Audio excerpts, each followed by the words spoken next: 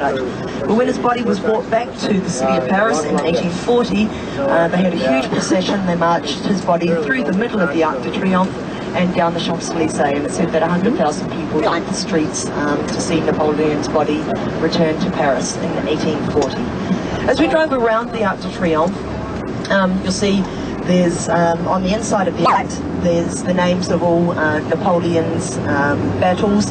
His defeats have been omitted from the monument, it's only his victories, and you'll also see names that are underlined, and that's the names of his generals that died in battle as well. There's also sculptures on the four legs of the Arc de Triomphe.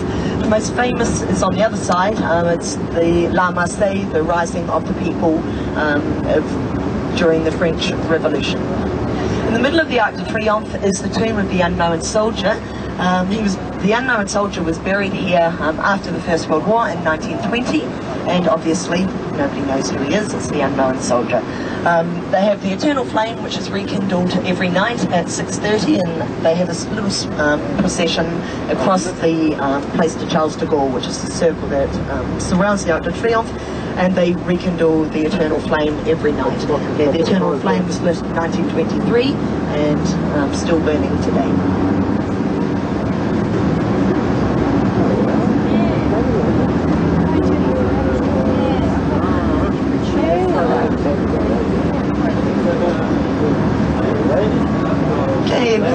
Traffic on the Arc de Triomphe is pretty amazing as well. The traffic that's on the roundabout has to give way to the traffic coming onto it, so it's a little bit different from what you're used to.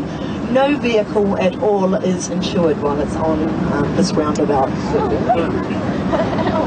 If you look at the ground as well, you'll notice that there are red cobblestones. They're all pointing in stars out to the avenues that radiate off the square. There are 12 avenues that radiate out from the Arc de Triomphe, and it used to be called Place des Étoiles, which means place the stars. You can see the tomb of the unknown soldier in the middle with all the flowers and everything on it. They hold big Remembrance Day parades here every year. Would you control yourself over there? French music. I speak French. Does that make me a French? You too, come on. Okay. So we're going to be on here for the next half an hour while we try and get off, is that right? The square that we're driving around now, it used to be called Place des Étoiles, which means star because of all the avenues radiating off it, but it's now named Place Charles de Gaulle after the former French President Charles de Gaulle. If you want to, tomorrow you can actually go to the top of the Arc de Triomphe. You get a great view looking down on the traffic and of all the avenues radiating off it. It's definitely worth a trip up there. There's an elevator that can take you up, and we'll stop up here for an hour or so tomorrow morning, so you can go up there if you want. You can see La Marseillaise just out here on the right-hand side, the rising of the people. It's banks, it's big name stores, car showrooms, that type of thing. All the lights on the Champs-Élysées, it's a bit hard to tell now because they're not actually lit up, it's a bit early, but they're all in white neon, and that's in honour of Claude Neon, who's the inventor of the neon light. So you have a look at McDonald's out here on the left-hand side, and you'll see it doesn't even have its golden arches, it's all in white. It's over 100 years old, and it's supposedly where the can-can originated, even though today they don't dance the can-can in their show. But it's an extremely expensive show to go and see. You pay 450 to 500 francs just to go in and watch the show without any meal or anything. So a little bit more than what we'll be paying for ours, but a very good show nonetheless. Okay, if you look out to the right-hand side on the next corner, you'll see a building with a big red canopy around the outside of it. This is Fouquet's. It's a restaurant, very famous Parisian restaurant, which has actually been made into a national monument of Paris. It was bought a few years ago by an Arab landlord, and he wanted to sell the restaurant and basically just sell it off for office space. But the people of Paris put up such a protest about it because it's a very famous Parisian restaurant. A lot of movie stars and like...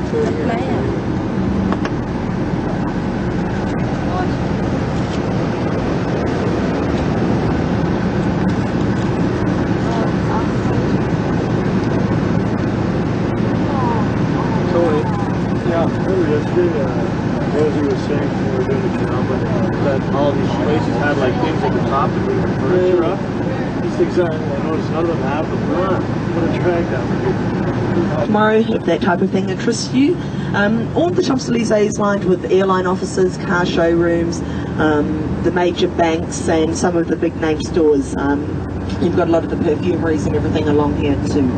So it's very expensive shopping on the Champs-Élysées though. They also have a lot of cinemas, apparently more cinemas than Manhattan. So, and most of the films they show an English version. Out on the left you've got the Citroën showroom there too.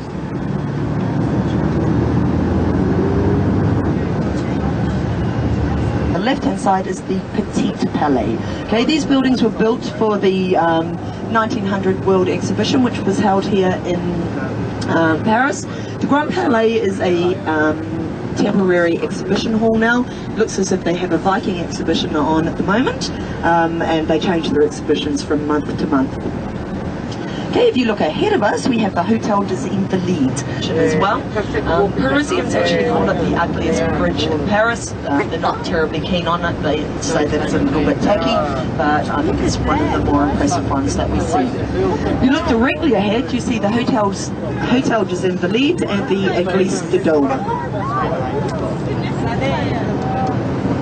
Okay, the Hotel des Invalides is it was a building built by Louis XIV as a place where returned servicemen could come and live after they'd fought his battles for him. It could accommodate up to 7,000 returned servicemen. Prior to Louis XIV's time, returned servicemen really had nowhere to go. They sometimes would end up in a hospital, but more often than not they just end up begging and dying in the streets of Paris. So Louis XIV had this building built for them, and it was nothing flash. Like they could come here, they could get a bed, just basically like bread and water, survival food, but at least it was something for his soldiers who went off to fight all his battles. Captured from Napoleon's battles throughout Europe in the 18th and 19th centuries. During World War II, the Germans actually took the cannons away from the city of Paris in 1940, but they were returned in 1946. Houses Napoleon's tomb.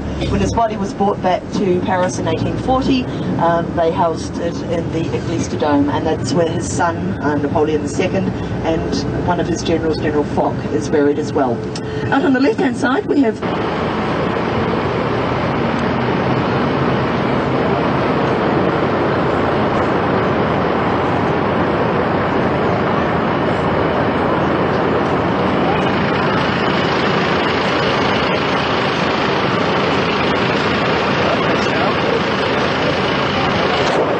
Église de Dôme.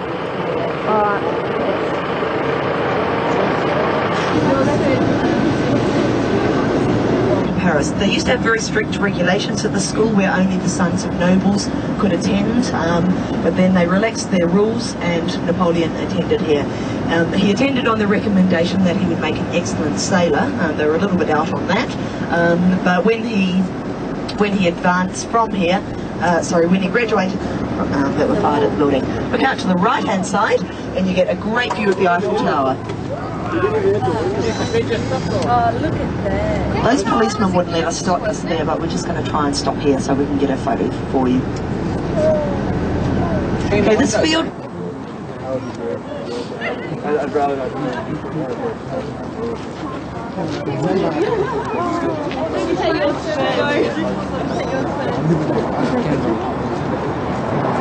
Yeah.